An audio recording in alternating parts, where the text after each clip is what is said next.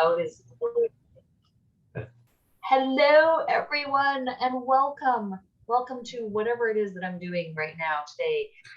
The important part is who I am here with. So if you are watching live on Facebook right now, please, questions, concerns, cries of outrage, you know I love them. However, we are probably going to ignore you because I can't see you right now, so we'll have to get back to you on that. So this lovely gentleman who is here with me today, Alan Stevens, thank you for being here, Alan. My pleasure. I have done a couple of interviews with him in the past, and we have had all kinds of amazing conversations. And I started talking to him before I hit record and live and all that fun stuff. And I'm like, nope, I got to shut up because everything that comes out of this man's mouth is worth recording and worth being on Facebook Live. So thank you so much. I'm going to reiterate a couple of them. So this is what happened before you guys got to see us. I asked him how he's doing. And what came out was like awards this and 91 podcast interviews in the 1 year, in 2021. Oh, last year. Mm-hmm.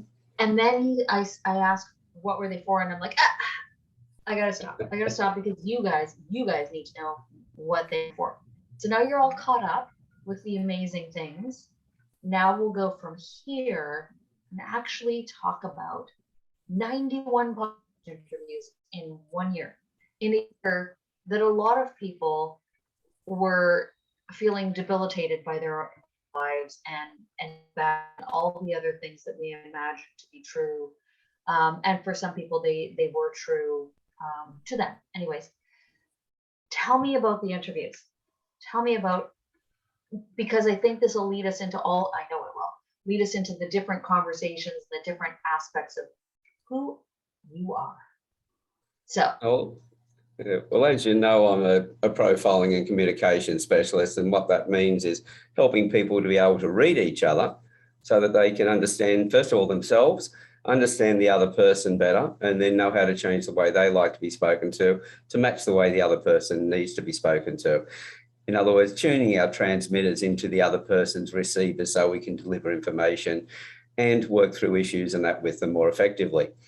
The podcasts have covered everything from working with children, parents with their children, through to couples relationships, into mental health and into leadership, covering just every aspect of life that we can think of. Because at the end of the day, relationships are the foundation of everything we do. And without strong relationships, everything falls down. Yeah, one of the many reasons that I love you so much, because it took me a long time to figure that one out, but probably, 7-8 years ago now, I started to realize how important relationships were. Yeah, about that long. And now I can't turn it off. I can't stop believing that. And now it's just like the world is vastly different around me, right? I perceive it totally different than I did. So totally different. So I love the way that you put that, tune our transmitters into them. Because without question, I watch people over and over again say the same things, the same ways, and go, I'm so frustrated. They aren't listening. What's wrong with them? And it's like, there's a couple things missing in that sentence. So first of all, kind of take a little side tour here. What compelled you to have this interest in relationships? Like what you can give the long or the short of it, whatever feels best to you. Well, pretty much the fact that I was dreadful at relationships. That's what got me interested in it. And it's usually the thing that drives all of us. Whatever we've got a shortage of or an issue with is where we always focus. Right. And I just gave a talk the other night in a hotel. It was a story night, and the subject was, what doesn't kill us makes us stronger. And, my relationships when I was younger, pretty much a loner, didn't spend much time with people. When I first started work, I was working with a telecommunications company here in Australia. And after I did my initial training, I was put in charge of men who were older than me, being 23 and my second in charge 38. that was when I realized I had to start to learn to understand people. And I started picking up new skills all the way through. And that was back in 1975. Now I've I went through my first marriage. My first wife left and I had 3 boys to raise on my own. And that then, there was an initial point where I thought, okay, I needed to work out what was going on in the relationships. Even though we were married for 16 years, I don't think we knew each other, not that well, because what we get attracted to somebody and it's usually the traits that stand out, that excite us. And then over a period of time, we think they've changed. Really, all it is that every trait's got an upside and every trait's got a downside. And of course, the upside always attracts us, but it's like anything that we really like. If we get too much of it, we just don't appreciate it anymore. And then we start noticing other sides. And that's virtually what happened in that marriage. And so a number of years later, married again and short marriage, and I was out of that marriage. And so I realized that I had to keep adding skills. One of the things is that we're out there, we're chasing money. We're doing what we think we're supposed to do. I'm a baby boomer and we were taught about security. You had to have security because our parents were builders and builders went through war. So there was about survival. And then our children, the Gen Xers, well, they were about the being recognised for their work. Excuse me. And in that, they would then focus on the money they were bringing in. And like most men, we thought that our role was to provide. And so we focused on that. So away from the family, showing them our love by creating the resources for them and being away from their love. And I started realising that that was what a lot of men were going through. I was lucky when my first wife left, I had the 3 boys to raise on my own. So I kept close to my sons. And I'm very happy today that I've got 3 sons that have grown up really well and 3 sons that I love and respect. And so I had that opportunity, but I realised a lot of other men weren't. And so I needed to look more into that. I thought, right, if I'm improving my relationships, how can I help other people improve theirs? And that's what I kept on focusing on. And that's also, as you know, led on to creating the Campfire Project. That's a safe place where originally men could come and tell their stories, but now women as well. I love the Campfire Project. If anybody's watching, listening, whatever the case may be right now, how can they get in touch with the Campfire Project? Well, so we don't gloss over that one. Not a problem. The good thing is that we've actually picked up a sponsor who has now donated a website. So if you just look up the word or the site, thecampfireproject.com.au for Australia, and you'll go straight to the site. It's a very simple site, 2 pages really. First one is just a number of videos showing how the whole thing works, how we do our one-on-one interviews, the panel discussions, etc., and a little bit about myself and 2 other people who are now part of the running the one-on-ones and the panel discussions. That's and amazing. So that then there's also we've got connected to there a shopping complex, which again, I don't make money through that, but what it does, it means anybody who shops online, we make money for the charities that we're supporting, money that's paid back while people save money shopping, and that's been another donation that we've received as well. So the Campfire Project is really impacting, and so many people are telling us it's not only changing their lives, but it's been saving their lives. Right. And I have met some amazing people through the Campfire Project. So I am personally grateful as well as professionally grateful that there is a platform like this. For those of you that are just watching or seeing me for the first time, I definitely have a soft spot for men and for the struggles that they personally go through.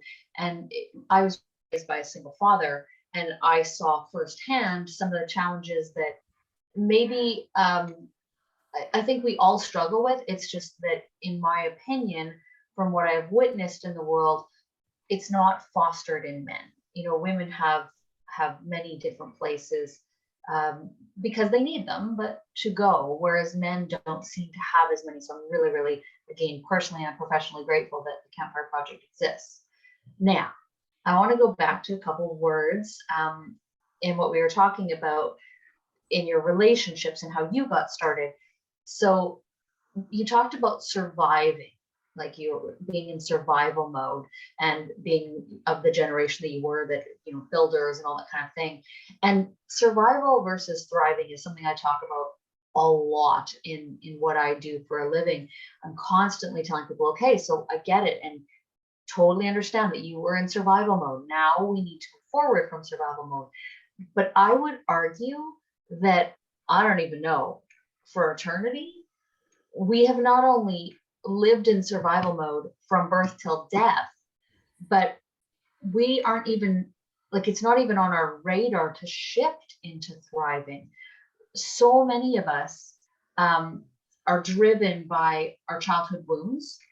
Like, we lead with our wounds without question. So we're driven by our childhood wounds, and we don't ever realize that it's okay to move out of that survival and into thriving. And what that looks like often is people pleasing, control freaks, all that kind of stuff. Like, we think we need to control the external world because we feel that we have no control on the internal. So now that I've blah that, there's some things that we haven't even really touched on that you do, that I'm wondering. So from the facial recognition, the art of reading people, how many people do you feel that you've come across that have firmly moved into thriving mode, like naturally on their own? Not so much on their own. Sometimes there's a revelation, but it usually means that there've been other people involved. We're social beings. We're always going to be involved with other people. There are 4 things that I look at, and this is something that, to be a good profiler, to understand that everybody is suffering. Everybody's wearing a mask. Everybody is pretending they're not wearing a mask. And everybody, as you said, is a result of all their childhood sufferings and rewards. So all of those things have come through. The stuff that happened when we were children, a lot of adults go, well, we've grown up now, but we've never dealt with those. So those things that are hitting us now in adulthood come back from those first 7 years, the imprinting years. And that's where a lot of it comes from. And so to actually get into a thriving mode, one of the things we really need is other people to be around us. We need that connection with people, because it's in the quality of our relationships that our thriving really comes through. People who try and stay back and go, rightio, I'm not getting involved with anybody, they're not going to get into thriving mode. At the same time, we need to have other people around us, because somebody says, oh yeah, but I didn't really have support, but I heard this and I heard that, or I went to this. People were involved. You're not just sitting there on your own in silence, meditating, and all of a sudden the revelations come through. There's always interactions. And once you realize that, we realize just how important other people are in our lives. I love that you brought that up. Often, I'm sure you've heard it a million times. I know I've heard it a million times. People are like, you know what? I'm just going to be by myself. I'm just going to figure this out. And you know what? We can all be saints on our own with no other interaction. We can all, climb that mountain and meditate appropriately and whatever we want to do to be at peace. But humans are relational. So you can't know who you truly are until you butt up against somebody else, right? That's right. And each different person is going to bring out different things in you. The problem, I think, that we run into is that we still want to wear our mask moving forward into that new relationship where we think we're going to heal. So you're right, we're all wearing masks, and I without question have had dozens of them. Pretty sure they're still around here somewhere, if not actually on. But I would love to, I don't know if this is something that you can speak to or not specifically, but if anybody out there could learn that it's okay to start a relationship and have a conversation. Like, I know that I'm not a perfect human being. I'm healing some things. I have behaviors that I'm trying to work on, but I want to be able to put that on the table so we can be safe in this space, as opposed to, okay, I won't tell them that I'm working on this, and I won't tell them that this is a problem, and blah, blah, blah. And then you're caught up in the crazy. And am I even making myself clear? Yeah, I don't making know if I very asked a good question points. or not. Yeah. So if you think about it, if you're worried about not sharing things with people, then that's what you're focusing on. You're diminishing the relationship you've got with them in that moment. And we've got this fear of opening up. And I'm a work in progress and always will be. And the more that I learn, the more I know I don't know. And so there's more I've got to keep growing. And nobody has to do anything. That's the thing. People say, oh, you got to do this, you got to do that. No, you don't. It's got to be your decision on what you do. And the way I looked at it was not being on my own, because I'd spent most of my life on my own and I didn't solve a damn thing. I carried everything around. Somebody mentioned it to me. I used to talk about having a trailer behind you and dragging things around with you. They're always there. You might be driving down the road and not looking in the rear vision mirror, but wherever you go, they're going to go with you. Mm-hmm. And somebody mentioned, they called it a shadow bag.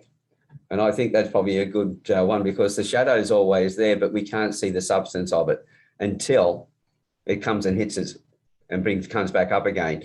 So going and sitting on your own, meditation's good. It gets the mind right. It helps heal the body.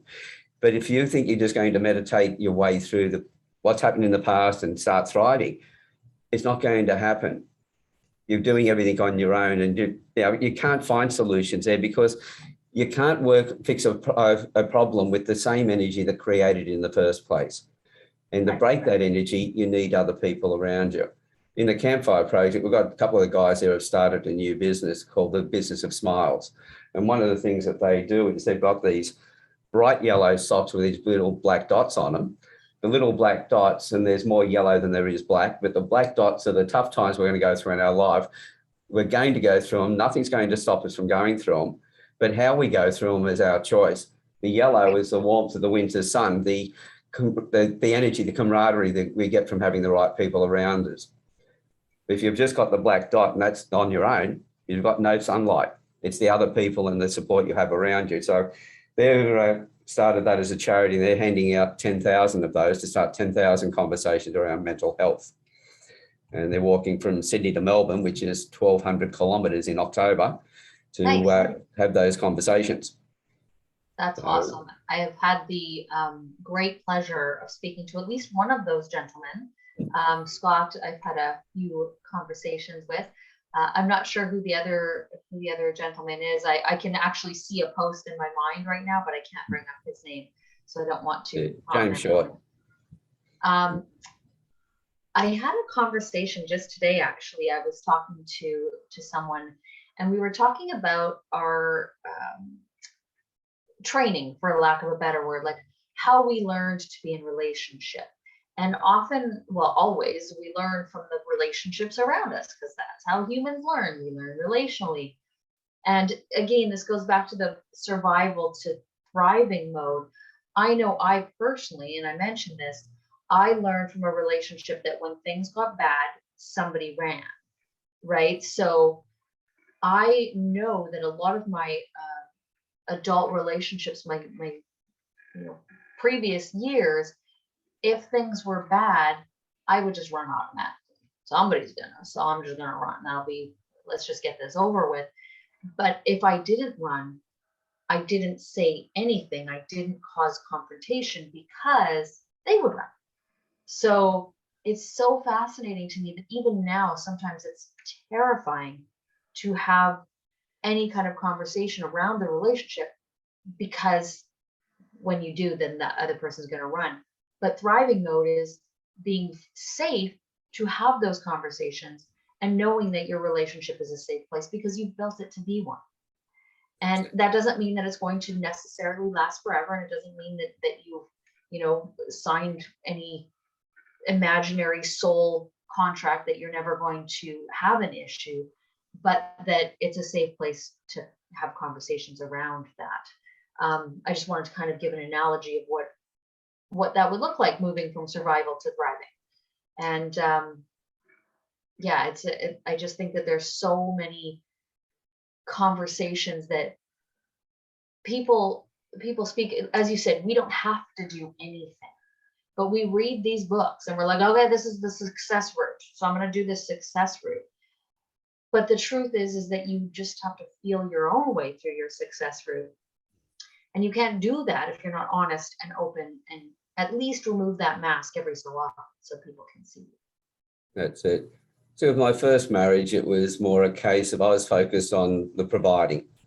And so the more I tried to provide and work in that area, putting longer hours in and everything else, and we weren't talking about those issues. We were talking about, but not talking about the important things. Right. And that was the problems there. My second marriage, well, I was put on a pedestal to start with. And then after that, I realized I don't like being on pedestals. It's too much of a challenge, too much pressure. But then I found that I wasn't talking. And so I got to a point where I didn't know what to say. Right. And so that put so much pressure on the relationship. So, it takes two to tango, and in every breakdown, there's two people involved. And so we've all got our own area of responsibility. We usually look at them and go, well, they did this, they did that. But I used to drive my second wife mad. I used to use the analogy, and I should have been listening to myself at the time. But when you point with one finger, look at where the other three fingers are pointing, and they're pointing back at you. And I used to talk about that, but then I didn't realize that what I wasn't doing is taking notice of that myself. And while I was thinking of the problems that were in the marriage and that and pointing like that, I should have been looking at myself and my own traits. That led me on to becoming a profiler, because I needed to read people more effectively. And that was when I realized that all of us are uniquely different. I know there's a lot of psychometric profiling systems that put us in boxes, but then nobody likes being there because you're standing next to somebody else in the same box and you look at them and go, no, I'm not the same as that. We're all uniquely different. It's one of the reasons why the Campfire Project, the conversations are so rich.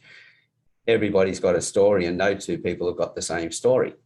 And so everyone's got a story to tell, and it's got value. And what I've found through stopping and listening to those stories, I've learned a lot more about the world. I've learned a lot more about them, but I've also learned a lot more about me. And so I realized that, having those conversations was really important. But yes, when I'm talking to somebody, I need to be honest. I need to take the mask off, because if I've got to keep a mask on when I'm talking to somebody, then that relationship's not real. I'm pretending to be somebody else. And as the old saying goes, be yourself because everybody else is taken. And, but we're then trying to behave like someone else. We're wondering why our relationships are failing. When we're told we had to be, the providers and everything else. And so, we're supposed to be the protectors. How can we be vulnerable? Well, the strength is in the vulnerability, being strong enough to say, hey, I haven't got it all together. And every now and then, sweetie, I need your support, with your partner. And for them to understand that that's part of our strength. And yes, we can't be all things all the time to everybody else. We need some time ourselves, and we need that support. I know a lot of people will say when they've met somebody, oh, you complete me. And then putting that person on a pedestal and giving them too much pressure. When it comes down to, I can't express all of me, all the best qualities of me, unless I'm around the right people. So having people around me allow me to be complete, to complete myself. They don't complete me. They provide that opportunity for me to be able to express that other side of me. It's like if a man without, hasn't had children will never know what it's like to be a father. They can't behave like a father. So you have your children. So the child doesn't complete you. It just allows you that complete environment where you can express that other side of you that normally you wouldn't get a chance to express. And to be able to realize that our partners do that as well, and we do that for them, then it's a partnership in that, and that takes the pressure off the other person needing to fulfill a requirement, of what we think, an illusion of what we've come up with. Because at the end of the day, all of our realities are nothing but illusions. And that's why I always say to people, find the best illusion and turn it into your reality. And you do that by being real. The word reality, real is the first part of it. Be real. Be who you are. Don't be somebody else, because keeping up that pretense puts too much pressure on you. And while you're concentrating on that, your partner's going to pick up that you're not completely there. Absolutely. And the other part about not being real is generally when we're not being real, we're trying to fulfill what we think the other person needs, or protect what we feel is vulnerable within us, whichever way. And often it's both. And the fact is that we don't know what that other person wants. We cannot imagine it. We cannot possibly answer to it without asking a question. So we're not going to get it right. That's the other problem with not being who you truly are, is likely whoever you present to be is not going to be the right version anyways. That's right. You know, you might as well just actually be you, because that's where let the person that opportunity to see who you are, and then you'll find out very quickly if that's what they want. Then if that's what they want, your life becomes so much easier because you don't have to put that pretense in every day. Yes, absolutely. That is so very true. So 91 podcast interviews on a plethora of different subjects, 5 awards. You were nominated for 21. Is that correct? For 12. For 12. I reversed it. I do that with numbers. If it had been that, I'd be off. Geez, how big would my head be? But you received 5 awards. What award that you received flattered you most? What did you feel most honored to receive? What one jumps out at you? Well, as I said, there was everything from being the business person of the year for my local region, which is a fairly large country area. Second ones were education business of the year for Australia and New Zealand, plus also the overall business of the year. And then the other 2 was the silver in the social change maker for Australia. But the main one was the gold in the man of influence. That virtually was the main one because it brings everything else together. Yeah. Everything I do is not just my business, being a profile and helping people to create stronger relationships, working with parents and seeing the relationships change with their children, especially those that have got condition, or what they call them conditions, like Asperger's and autism. Right. I always say to people, look for your child's gifts. Don't worry about where they don't fit into the community. Find where their gifts are and help them develop those further, and you'll change your relationship straight away. The next thing was every parent I worked with their children, it improved their relationships as well. In business, in sales, in improving their communications, their workplace relationships, because at the moment, the biggest thing we're talking about is a great resignation, as though that's something brand new. I saw it, so should have been made very obvious back in the days of the GFC, but even back to the turn of the century, 2 decades ago, it was obvious that bosses, in a lot of cases, weren't understanding their staff, and the problem was already there, and it took COVID to bring that one out. But all of those things all come together, but in the Campfire Project, again, everything's communications. So to know that I've influenced across all of those areas, and knowing that the skills that I've put together, because what I'm doing is nothing new. We've been face profiling forever. Every child, when they're born, is brilliant at reading people. We know how to recognize someone's face. Are they a friend? Are they a foe? Do we know them or don't know them? We would pick up their energies. We pick up their expressions, their body language. So we know straight away what emotional state they're in. And we put the 2 together and know that if we recognize the person as somebody we shouldn't be around and they're looking angry, hey, get the hell out of there really quickly. Right. If it's somebody we know and it's a friend and we see that they're angry, we might go to them and say, well, what's going on? Can we help you? So that's one of the reasons when I put the only thing I've done is taken 4 great modalities, like looking at the facial features that tell you someone's personality, then the language, how to tune our transmitters into their receivers, once we know their personality, then being able to monitor how well we've read them through their body language and expressions to give us a feedback. Have we read them right? Are they, is there something emotionally going on? And lastly, are they telling us the truth? Whereas people who just focus on the micro expressions and body language are looking at lie detection. Because I put the whole lot together, I want to understand the emotions, I want to understand what's going on behind it. I use it as truth seeking. And so it brings us closer to somebody as opposed to, stay away, you're a liar. Right. And so bringing all those things together and then bringing that into the Campfire Project in all those different areas and knowing that that's having an impact and knowing that, because a job of a leader is to make themselves redundant by helping others to step up and do what they're doing just as well and hopefully a lot better than they're doing, And so they can move on and then do something else. Because if I don't help others grow and guide them through to where they can then bring their power forward and do it the best that they can, then I've created myself a prison. I make myself indispensable. I need to be dispensable. I need to help other people so I can go and grow and do something else, which is what I've done all my life in all areas. And so by doing that and watching people grow, that's where I got the reward. So I may have received those awards, but it was all about really the interaction I've had with people that's helped me to thrive. It's been about my personal thriving and my personal growth, but I couldn't have done that without those people. So when I got those awards, it wasn't just my award. It was theirs as well. It was an acknowledgement of how far they've come and the pride I have in them, almost like a parent with a child. Not that I call them any of those my children. In fact, somebody said to me, if somebody you've worked with ends up like Tony Robbins, they're on stage, how are you going to feel about it? And I said, well, if I don't have my permanent seat on their front line where I can sit with my pen and paper, I'm going to be upset. The only thing that's going to upset me is I can't be there and learn from them. Right. Oh my goodness. And I'm sure that you would agree with this. One of the things I love about teaching most is that I, without question, learn.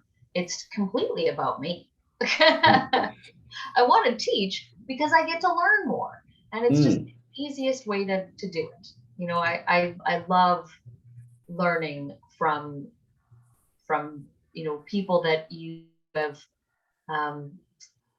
how do I word this? Like you've come into their life for a purpose, and the roles always get reversed, and they're more often than not surprised by the fact that the roles are reversed and how grateful you are about that. I'm working on a new project right now. It's called Fantastic Life, and it's not so new anymore, but it's a nutrition platform. And we have partners and we have partner meetings. And it's so interesting to me because the partner is like, oh, I just had this thought and blah, blah, blah. And we're like, thank you. Like, you have no idea how much you help us grow as a company when you give us your feedback like that, instead of just nodding and smiling like so many people do, right? It's like, oh, no idea. We can't learn and grow. Something as simple as we are Canadian, the people that have brought up, Alex is the founder of the company, and everything on this program is in the metric system. And we have a lot of Americans, and they're like, I don't even know what you're talking about. And we're like, well, and we're trying to describe the umbrella, and they're like, no, like we don't know what a gram is. I'm like, oh my goodness, like there's a heck of a lot more Americans out there than there are Canadians, and if we're speaking a language they aren't understanding, we are not doing our job. Yeah. And I'm like, never thought of it. Thank you. Like, you have no, like, seems really simple, but holy moly, game changer, right? So anyways, that was a little off track, but a very it's not really off track. I would actually say that when it comes down to it, I always say, people have always said you've got 2 ears and 1 mouth. And I go, hang on, guys, what happened to your eyes? You've got 2 eyes, 2 ears and 1 mouth. And you use them in that proportion. But you also, when you're using your mouth, and start by asking questions, because it's when we ask questions that we actually learn. And so, knowing that you might have something really set up, you understand it, it works in your culture and everything else. Other people might speak the same language, but their culture is that it's almost like having a different language altogether. You're talking words that they don't understand. And so you need to be able to ask questions. And I always say to people, you ask every question you can think of, and then you ask one more question. And people go, how can you ask one more question after you ask every question you can think of? I said, well, along the way, when you're talking to somebody, of course, you're going to come up with new questions and new questions. You keep asking those, and when you've exhausted them, then it's a case of, well, what I'm hearing you say is this, blah, blah, blah, etc. And you go, is that right? And that starts the conversation. The person can confirm, yes, you've got it all right. Okay, now I know I fully understand you. And then I can start talking in that particular way.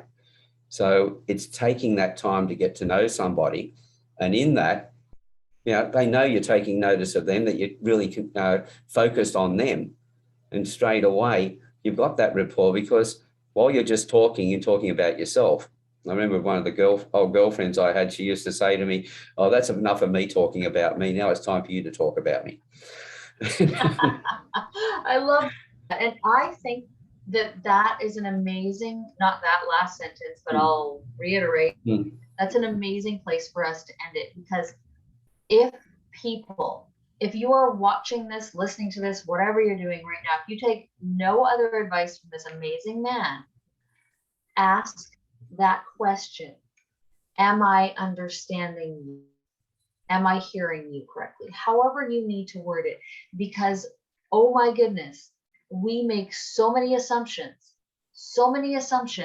that we've understood things correctly, that we know what this person is trying to say to us. But it really depends on how you entered the conversation, how the day began for you, what your history is, whether the language has nuances that you're not sure of. Like, ask that question. It's a simple question. And if you got it wrong in the way you've understood them, you will know right away. And that will save you so much time, energy, and effort. So, what was that question again? Which question? Sorry, you're just broken up there. What was the question? After having a conversation with somebody, Okay, what did you say? What is the last question you asked? Okay, what you do is just go over what they've already said, reiterate what they said, paraphrase it back to them. And the last thing is, have I understood you right? Is that what you were meaning? Is that what you said? Because at the end of the day, it's not just listening to somebody, it's really hearing what they're saying, and it's seeing them as well and putting that together. And then you're virtually saying at that point, do I fully understand you? And when they say yes, then you know that, and they know that you've really connected with them. That's awesome. So if I'm understanding you correctly, you have had an amazing last couple of years. You have very much enjoyed watching other people grow. One of your favorite things to do is to learn. That's right. I know it's bad grammar. I know the grammar police will jump on this straight away, but I don't teach people, I learn them. I was told that when I was about 18 by one of the instructors we had in telecom. He always used to come in and he'd say, "What am I going to learn you today?" And then many years later, around about 20 years ago, I'd been sitting with one of the Aboriginal elders, and he used to he loved saying to everybody, "I'll learn you." And when he said that, I had a big smile on my face, and he realised the smile I had was different to everybody else's. Right. And he asked me, what are you getting from there? And I go, well, back when I was a teenager, I'd heard that then, and that's what I learned along the way, is that, well, I'm a part-time teacher, but a full-time learner. I can't teach somebody to the best of my ability unless I'm learning from them. That's awesome. Alan, thank you so very much for catching up with me today. My pleasure. I'm so honored. I'm so grateful. And I'm going to put some connections to you wherever I put this video. Yes, it's on Facebook, and hopefully we can actually go in the comments. I'm horrible for that. But I'll also put my YouTube channel, and we'll go from there. Thank you. Fantastic. Thank you. Thank you for your time today. Yes, absolutely. And anytime. Thank you guys very much for watching. Again, if you have questions, concerns, cries of outrage, we are absolutely here for you. So thank you, and enjoy the rest of your day.